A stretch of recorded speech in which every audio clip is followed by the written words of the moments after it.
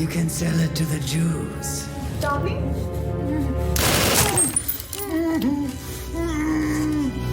Where have you hidden them?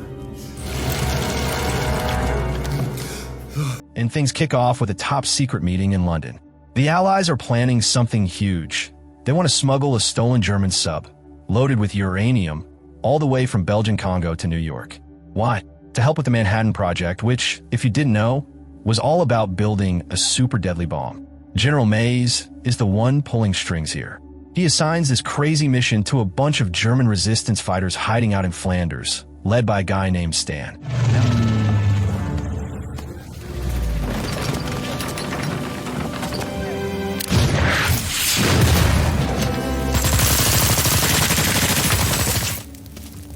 I surrender. Now Stan and his group have a side hobby.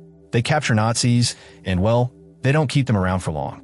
It's their own brutal form of payback for all the horror the Nazis caused. Stan's daughter, Nadine, is part of this crew too, but he never lets her get involved in the real action.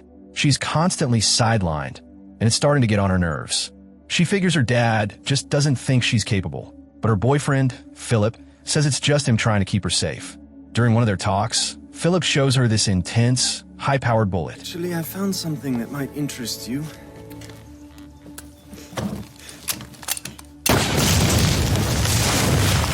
Stan, on the other hand, might look tough on the outside, but he's haunted. The guy still wakes up from nightmares about the time he was captured by Nazis. You can sell it to the Jews. Darling?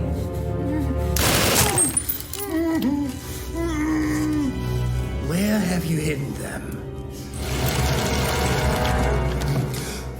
He never talks much about it, but it's clear the scars run deep. Nadine sometimes tries to bring up her mother or her little brother Louis, who she thinks is in France, but Stan always dodges the topic. One day, another rebel fighter drops by with a wild proposal. Help sneak the uranium to the US via submarine. It's risky, borderline suicidal, but Stan agrees. So, the crew heads out to Congo, where General Mays meets them and lays it all out. I told you that it was a special mission.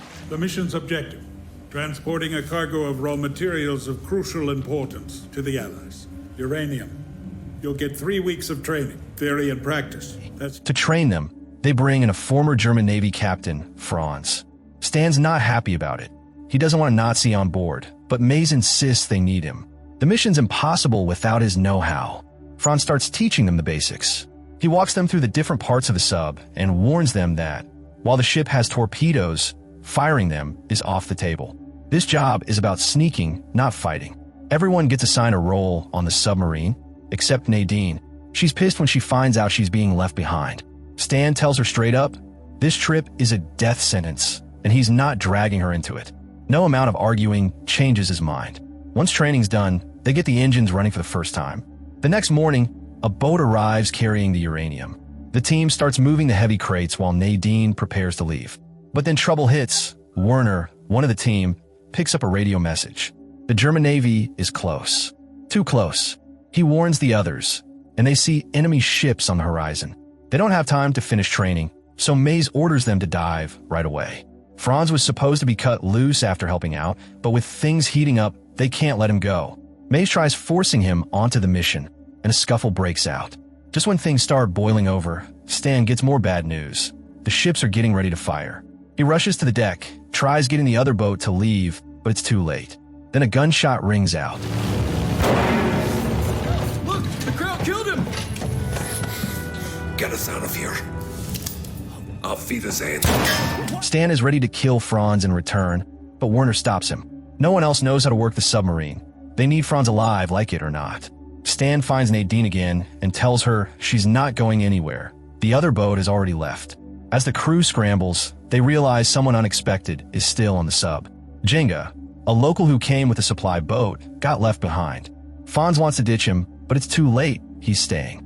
They fire up the engines, and Franz is forced to help, even though he's still in handcuffs. Jenga ends up helping Tam, and Khalees open up part of the sub, and the three quickly bond. The team dives underwater just in time, but then a leak starts. Franz can't work properly with his wrist chained, and he asks Stan to remove the cuffs.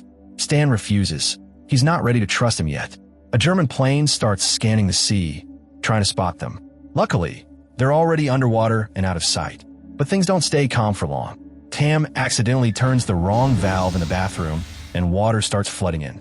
The batteries are right below, and Franz freaks out. They have to surface fast, or the whole sub's back. Once they're up, the German plane sees them but doesn't attack. Franz warns them that the real danger comes once they dive again. That's when they're easy targets. Werner thinks they should wait out on the surface, but Franz says the pilot probably already called in reinforcements. So they prep to go under again.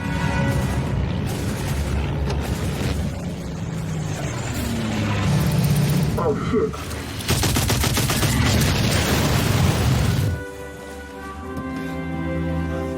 That night, Stan has another brutal flashback. Uncle Kriegbaum is going to give you a bath. Please, don't hurt him. I think important for him that he learns about. That memory hits him hard, and for a moment, he thinks about freeing Franz from the cuffs, but changes his mind again. Later, Franz is looking for Philip. Turns out the guy's sneaking around with Nadine. Just as Franz finds them together, Stan shows up, and things start getting tense again.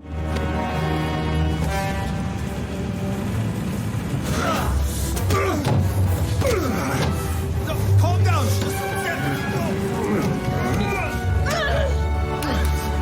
Nadine jumped in to stop the fight, but Franz wasn't having it. He told her to back off from Philip until they were officially married. That caught Nadine off guard, but she didn't waste any time. She said, "Fine, let's just get married right now," and called everyone to come together. They all gathered on the submarine's deck, and Franz, acting as the makeshift officiant, started the wedding ceremony. But Philip wasn't quite ready to go on without Stan there to back him up. Before he could make a call, Stan suddenly showed up, yelling that enemy ships were closing in. That forced everyone to scramble back inside the sub fast. Philip saw how upset Nadine was and tried to explain himself, promising her that once they reached the US, they'd have a proper wedding. Nadine shared her idea of introducing Philip to her family in France, but then Philip suddenly broke down crying. He confessed that he knew about Nadine's mother and brother, that they were both dead. This hit Nadine hard because Stan had never told her the truth. Philip said Stan didn't tell her because he didn't want to see her heartbroken. While all this was going on, Werner, one of the crew, suddenly picked up a warning on the radio. Torpedo! Brace for impact.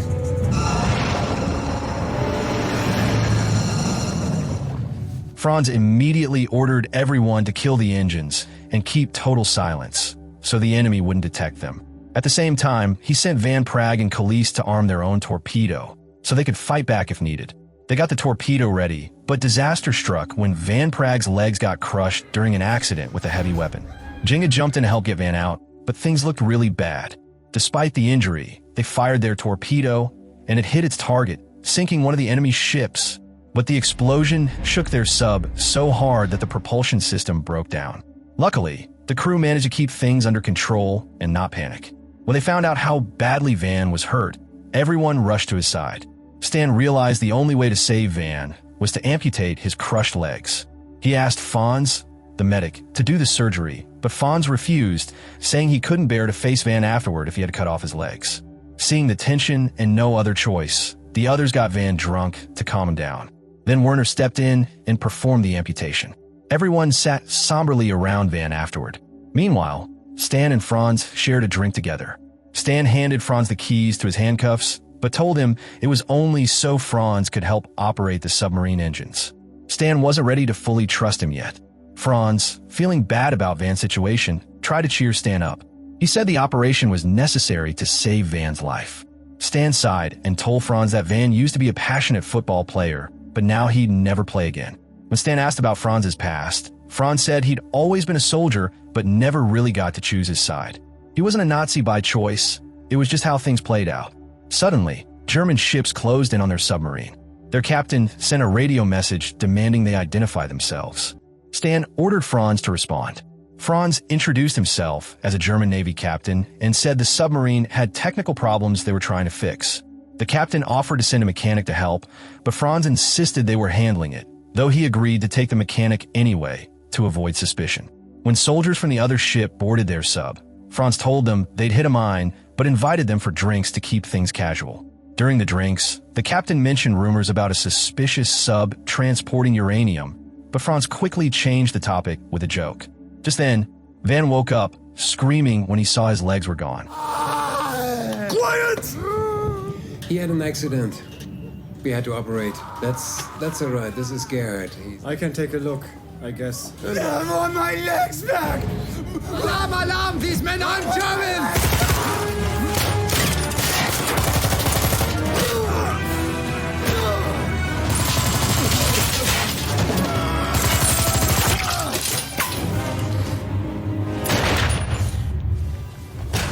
The others were stunned by Franz's bold move.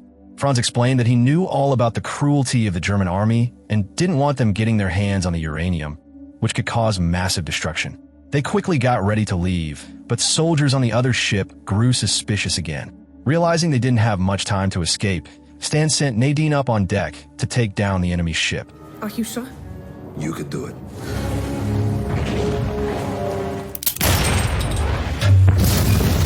But the explosion caused wreckage to slam into their submarine, injuring Stan. Water started flooding inside, and the crew scrambled to close the bulkhead doors to stop the water from spreading. As everyone rushed into safety, Tammy's hand got stuck in the door, and despite their efforts, they had to leave him behind to drown. They made it to the main part of the submarine, but Nadine got locked outside when the marine flooded and sank to the bottom. Trapped and running out of air, she was in serious trouble. Franz sent an urgent message upstairs to Stan, letting him know about Nadine.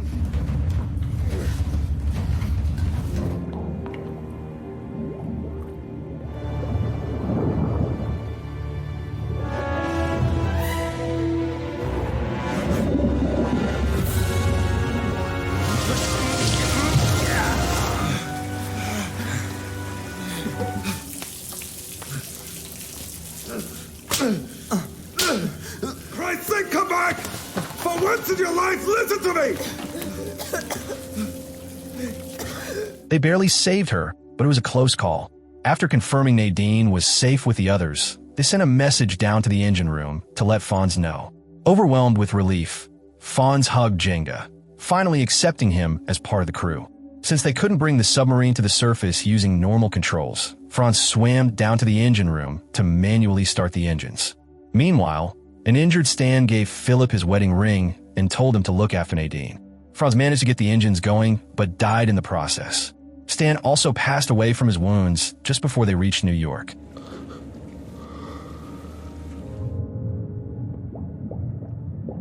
Fast forward 4 years, Khalees, Jenga, Franz, Nadine, and Philip, now living in Miami with their son, are tuning into the radio. The news announces the U.S. government dropped an atomic bomb on Hiroshima and has unveiled a new kind of weapon that could change everything. If you like this video, don't be shy. Hit the like button, and if you didn't, hit dislike twice, just to be sure. You really should watch the full movie. It's worth it. Thanks a lot for watching. Make sure to subscribe for more videos like this.